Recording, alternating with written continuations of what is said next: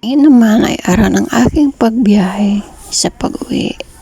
Ang aking isi-share sa inyo for today's video guys. At tara, samahan niyo ako. At tara na, samahan niyo ulit ako guys. Tayo magta-travel mula Jeddah hanggang Dubai.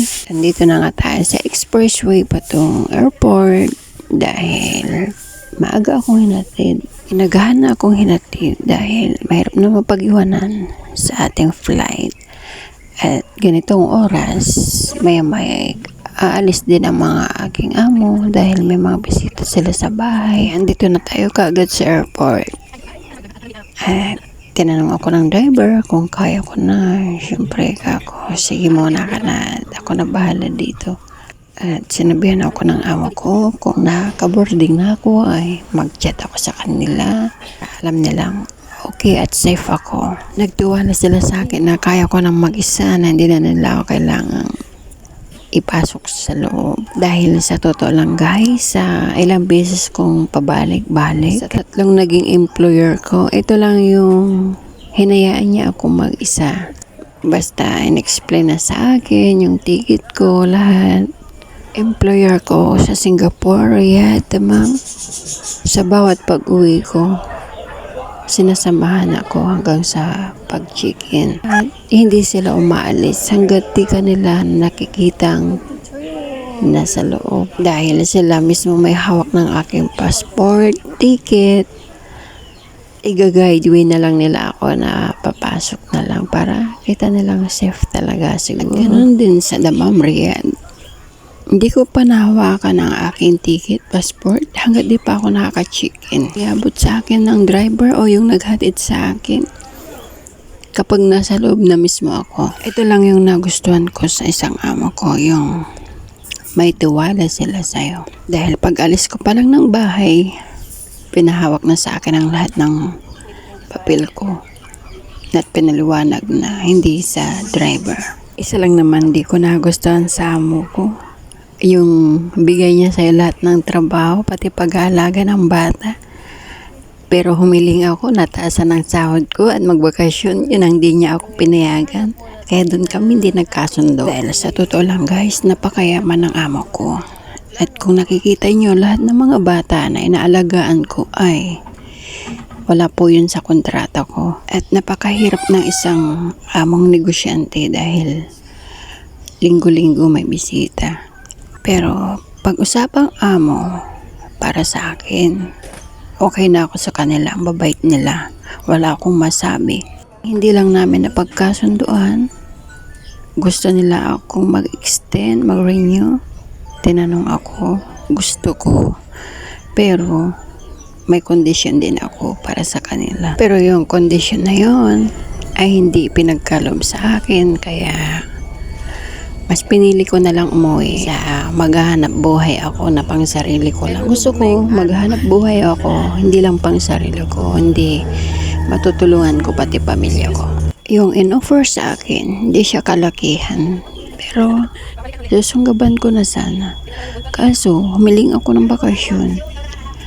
Ayaw naman nila. Sa buwan na gusto ko, bibigyan nila ako ng bakasyon, weeks lang. Para saan pa yung bakasyon ko? Hindi naman ako namimili ng trabaho. Dahil lahat na ng trabaho ay dinanas ko na. Ang sa akin lang, yung mga hindi dapat na obligasyon ko at wala sa kontrata ko ay napasa akin na. Kaya no choice ako, kundi ituloy ko yung trabaho ko hanggang matapos ang kontrata ko at humiling ng kondisyon. Kung hindi magkasundo sa kondisyon, umuwi na lang. Dahil kahiligan ko naman ng mag-upload ng video. Siguro nakikita nyo naman sa lahat ng ina-upload ko. Ang dami kong bata, di ba? Hindi ko po yun sila tunay na alaga. Sila po ay mga anak ng amo ko, mga apo na naglalagi doon sa amin. Doon po sila nagbibigay ng trabaho. Kaya choice ko na lang, ini-enjoy ko na lang yung trabaho para hindi tayo ma-stress. Kahit na sa totoo lang, stress ka na, pero sige lang, tuloy lang hanggat di pa natatapos ang hangganan. Dahil sa akin, wala namang hirap ang trabaho basta mabuti ang amo. Yung number one talaga, kabutihan ng amo. Kapag ikaw ay nakatagpo ng amo na pinaghawak ka ng cellphone, okay na yun. Swerte ka na doon. Swerte ka sa amo kapag ganito ang natagpuan mo. Yung hayaan ka na lang sa lahat ng gawain mo. At hindi ka niya sinisita kung anong lulutuin mo para sa'yo. Dahil may mga amo na ilalak ang ref pagkatapos mo na silang lutuan. Bibilangin kung ilan ang tira sa kanilang pagkain. At sa oras ng pagluto ng pagkain nila ay sakto lang, hindi ka bilang doon. Wala kang magagawa kundi gumawa ka ng paraan para makakain ka ng sarili mo. Para hindi ka magutom. At para may lakas ka sa tambak na trabaho. Dahil ako, naranasan ko na ang madamot na amo. Kaya nasasabi ko yan. Alam niyo ba na galing ako sa Riyadh. Napakadamot ang amo ko doon. Magluluto ako sakto lang para sa kanila. Pero papayag din ba ako na magutom? Ako ang nagtatrabaho sa kusina. Natural, maghanap din ako ng para sa akin. Ang choice ko, Indomie, itlog, sino relate dyan? Aminin. Kaya hindi nyo alam yung mga behind the scene namin. Sa harap ng camera ay napakasaya lang namin. At ang namang malungkot ka na nga. Pangit ka pa. Pero wag ganun ha. Labanan mo ang lungkot. Magtiyaga ka dahil hindi lahat ng paghihirap mo ay laging ganyan. Laging may hangganan. Tandaan mo yan. Huwag kang mawalan ng pag-asa hanggat nabubuhay ka. Ang importante, laging malakas ang pangatawan. Yan ang tandaan. Kaya kung ikaw na nanonood ng video ko ngayon, huwag kang panghinaan. Labanan mo lang. Dahil yung pinagdaraanan mo ay dinaranas ko din yan. Pero hindi ko sinusukuan. Pasasaan pa ba at hindi ko itutuloy ang laban. Kapag nangangarap ka sa bayan mo at lagi mong kausapin ang sarili mo at sabihin mo kung kaya nila, ba't hindi ko kakayanin? Dahil walang magaan na trabaho, lahat dumadaan sa pagtitiis at tiyagaan na proseso. Kaya kapag pinagkakalob sa iyo ang panahon, huwag mong sayangin. Hanggat may kakayanan pa at may lakas, why not? Ituloy pa rin, di ba? Tulungan mo ang sarili mo dahil walang ibang tutulong sa iyo kundi sarili mo din.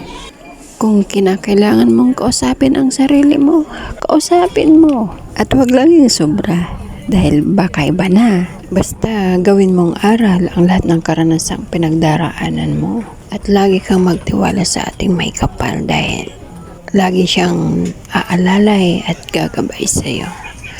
Diyan ka unang kumapit sa lahat-lahat. Andito na pala tayo guys sa second flight sa Abu Dhabi at tayo lilipad na uli patungong Pilipinas.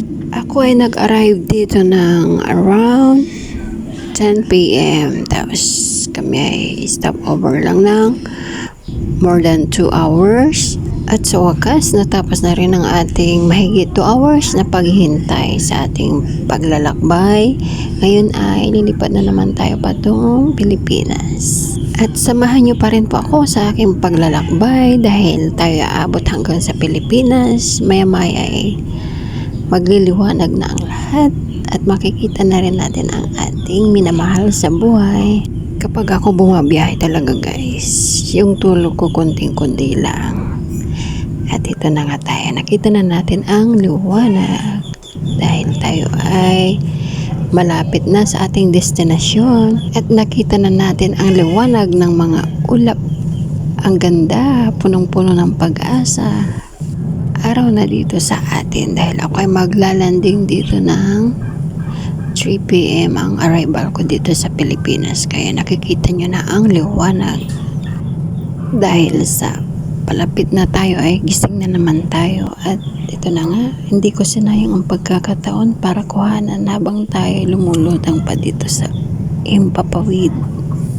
Ang ganda ng panahon ngayon at ang mga ulap ay hindi siya kataasan pero may nadaanan kami dito na malalaking ulap Siguro dito ay medyo bahagyang papalapit ang ulan. Papalapit na ang landing namin dito kaya pinagkukuhanan ko ng video ang mga ulap namin na daranan habang nag-aantay ng oras pababa ang eroplano. Dito banda ay talagang makikita nyo ang kakapal ng ulap at may kataasan. Dahil araw ang pag-uwi ko sa Pilipinas, ngayon ko nasilayan ang lahat ng view dito sa taas. At tayo papalapit na ng papalapit. Makikita natin sa monitoring na konti-konti na lang at tayo lalanding na. At ilang minuto na lang tayo papalapag na at ito na yung panabik ng lahat ng OFW katulad ko. Ang makasama at makapiling muli ang buong pamilya. At may yakap ko na muli ang aking Yunika iha. Tanaw ko na ang ibaba at mapapa-thank you Lord ka na lang talaga. Dahil nakauwi tayo ng ligtas na may lakas. Yun na nga guys, tanaw ko na ang mapa ng Pilipinas. Sino ba naman ang hindi matutuwa? Ladies and gentlemen, we now on a final approach. Please fasten your seatbelt and ensure that your seat back is upright. The safety guardian seat area shows the signs identifying entrance and exits from this aircraft. Please review this before landing. Locate your nearest exit using these signs now. Your nearest exit may be behind you. In an evacuation, leave all your belongings behind the first cabin.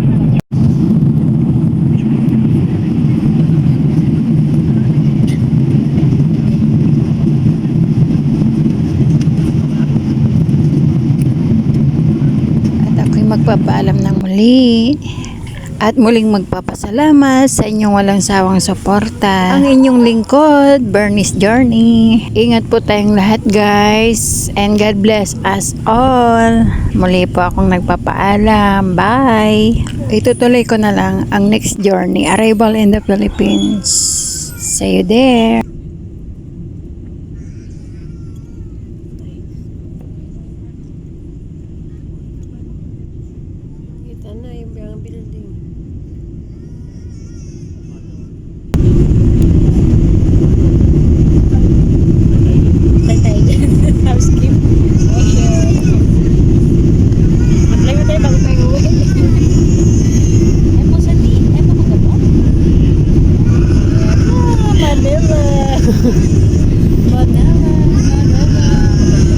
Traffic is here. Back to reality. Love Philippines. Woo!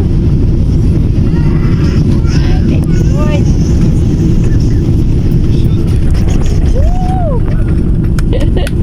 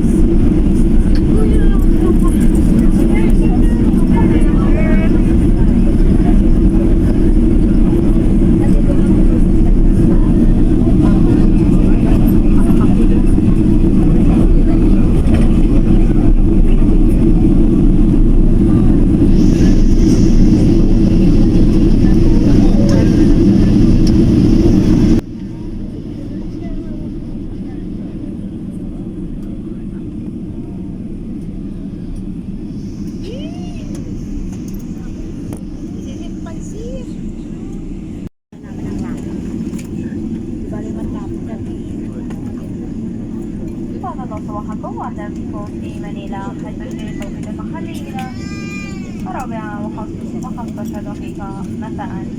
من أجل سلامتكم نرجوكم البقاء جالسين في مقاعدكم ويبقى احتراز المقاعد مربوطة بأحكام لا تتوقف الطائرة. توقف القناة لا تمت فعنا من Palis pa lang.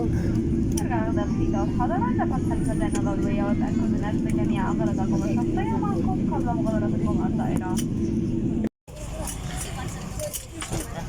May pa.